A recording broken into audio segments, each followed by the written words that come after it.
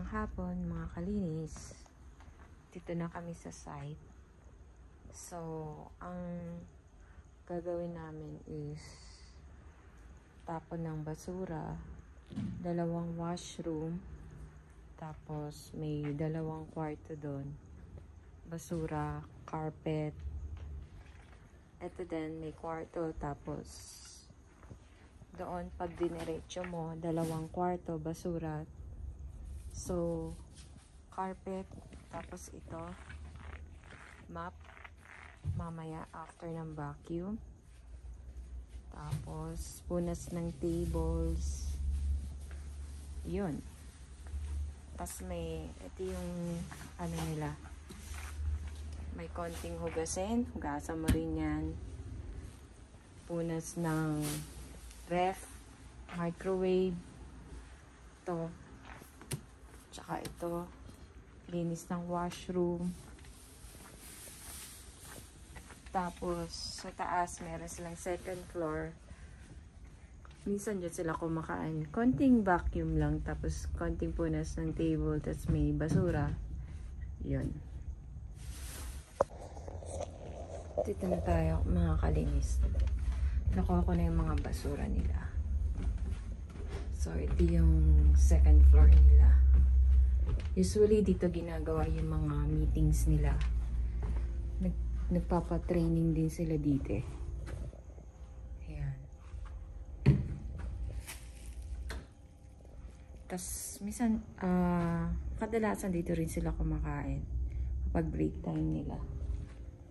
So, ito yung basurahan nila. Wala naman masyadong basura. So, ang ginagawa ko dito is kunin yung basura, punas nito. Tapos, microwave. Ito. Hindi naman nila masyadong nagagamit yung rep eh. Yan.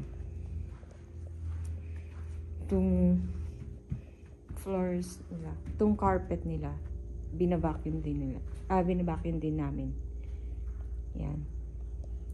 So far so good. Malinis naman. So, hindi na natin kailangan i-vacuum. Bali, nililinis namin to 3 times a week. Tuesday, Thursday, and during weekend, Saturday. Sa ginagawa namin Friday kasi fully book na kami ng Saturday. Ayun. So, start na kami ng linis.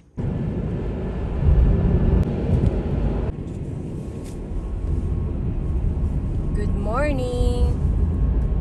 It's Good Friday today. Time check 7:36 in the morning. So, holiday po ngayong araw na to. Pero sa amin, walang holiday. Kasi maglilinis pa rin kami. In-adjust naman yung araw. Imbis na mag-holiday kami, mag-holiday kami sa linggo. Half day lang tayo sa linggo, no? So,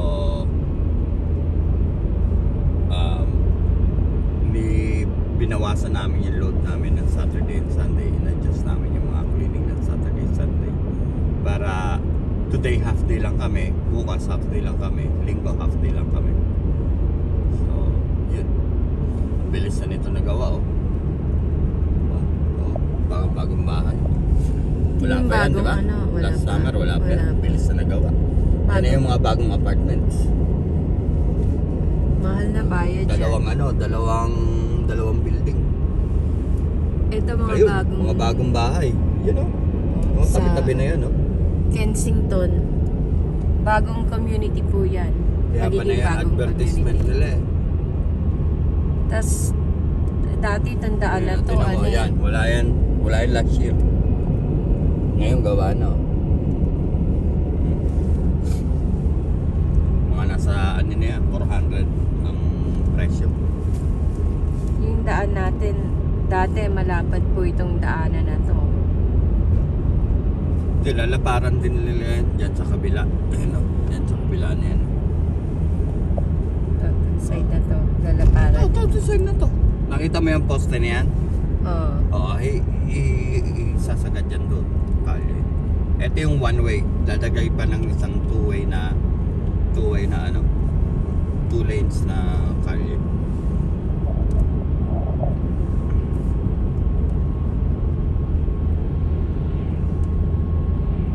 Sarap. Kaya magiging residential din yan balang araw. Sarap ng weather ngayon. Kaya dito tinayo yung simbahan ng mga Sikh. Mosque. Kasi alam nila na darating ang panahon na eto magiging residential tong mga to.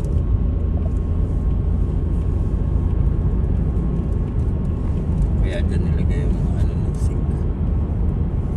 Simbahan nila. Sa bali ngayong araw na to, 4 po yung lilinisin namin. Siguro mga 1 o'clock tapos na po kami Yeah. ng hapon. Tapos after nun, Nagkalat ang pulis ha. pwede na akong mamasyal. Baka mamaya punta kami ng car show. Car show. Kasi yung manager namin dun sa Road Hub, member po siya ng ano, association ng car show, no? So, member ng club ng isang club car.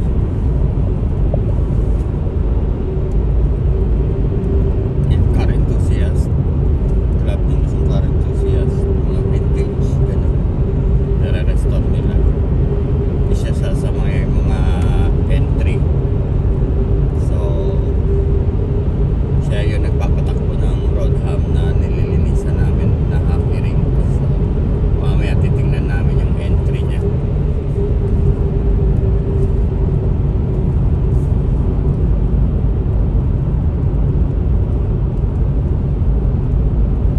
Kung hindi mamaya bukas.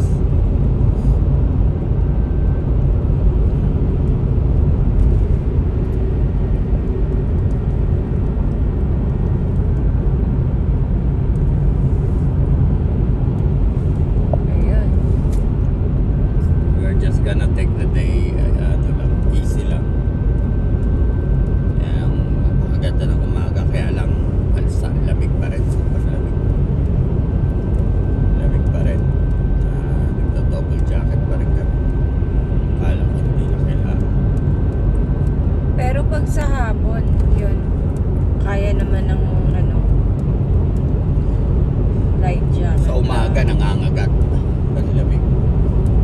Kahit na ngayon na may araw na. Pero hindi pa todo yung araw eh. Mamaya mainit yan, walang mga ulap eh.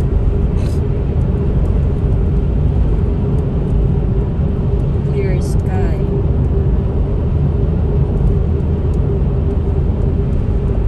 So, ano to? Taniman ng canola. Yan. Migration na ng mga ibon. Nandiyan na. Mga gansa, mga duck, mga seagulls.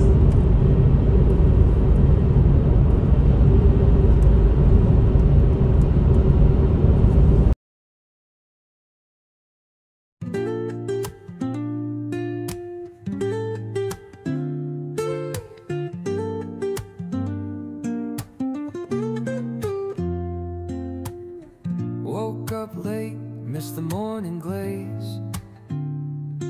But the sunlight hits in so many ways. Grabbed my shades and hit the streets, no plan. Chasing vibes like seashells in the sand. Radio hums a tune I can't name. Crooked smiles, crashing waves, no shame. Flip my phone, toss it in my bag. Today's for us, no time to lag. Feel the world just turning slow. Let the breeze tell us where to go. Every step a beat we can make. Yun yung bahay na gusto ko eh. Ganda eh. Sa gitna ng park. Concrete warm under my bare feet.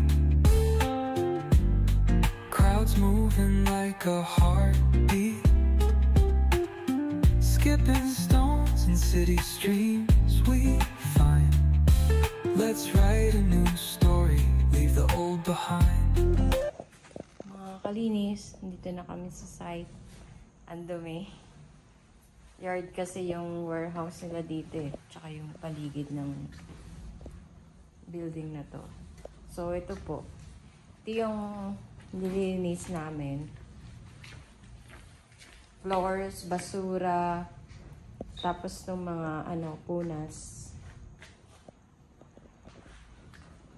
Etong area to office, tapos meron silang 2 washroom, men and women. Tapos ito yung paakyat dun sa second floor nila, merong 2, mga 5 office sa taas. Tapos ito yung kitchen nila. Tapos dito yung nila, meetings, boardroom, tsaka dito rin sila kumakain.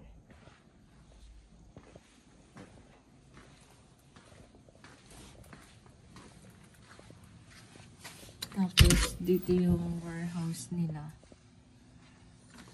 Tapos dito yung alagang pusa, si George. Wala pa si George eh. Mga natutulog pa si George eh. George! George! To, din. Floorings din to, vacuum, dry mop. Tapos, imamop din to, final mop. Tapos, tables. Tapos, meron silang isang washroom dito. Ito na si George. George, how are you, George? Huh? How's your week? Huh? It's Friday na. Huh? Tanda na to si George eh. Laking pusa eh, oh. Nasa YouTube ka, George. George! Come here.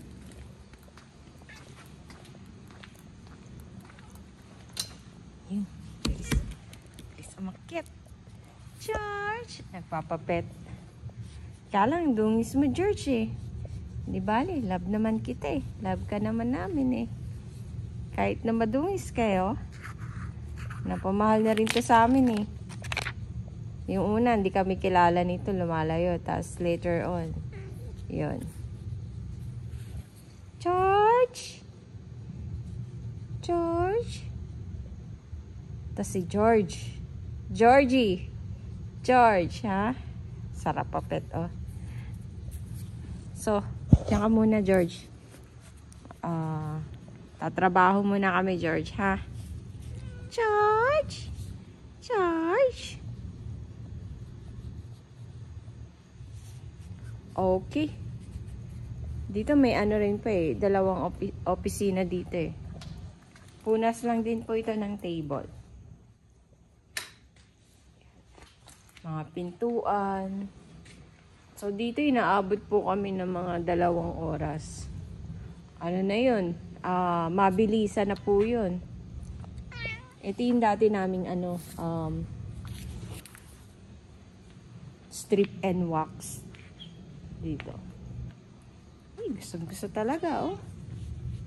Tsaka muna, George. Spend kami kay George ng 2 to 3 minutes. Para ipet lang siya. Okay. See you later po.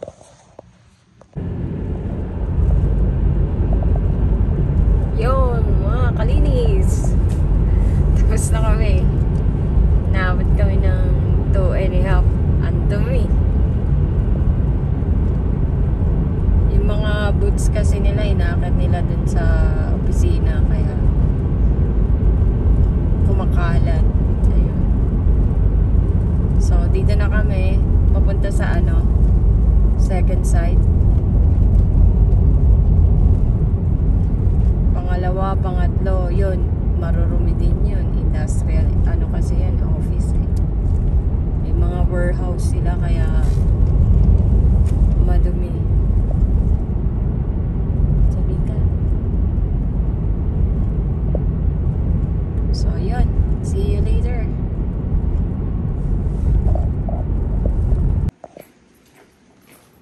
nakakalinis. Dito na kami. Ito yung nililinis namin. Itong area yon, ginagawa yun eh. 2 weeks na itong ginagawa. Yun yung lobby nila, reception area. So, dito sa side na to, dito sa first floor, so, may 4 na kwarto. Tapos, sa taas, dito pala sa baba, may 2 washroom. Sa taas, may 2 washroom. Tapos, yung isang room doon na cafeteria nila, tapos boardroom, tsaka isang office.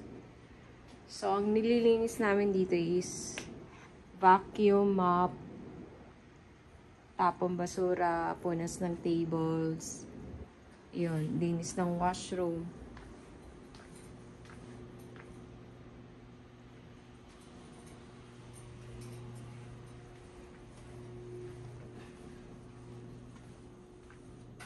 Tapos, meron din silang warehouse. Pupunta doon. Meron din dito ang 2 washroom. Electrical room. Tapos, ito, nililinis namin yan. May sponge naman dito. So, tubig lang, tsaka ito. Tapos, washroom yun, tsaka employees room. Ito, washroom din dito.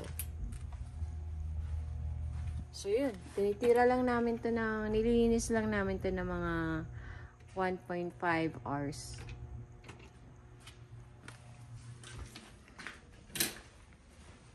Start na po kami. Kita-kits po mamaya.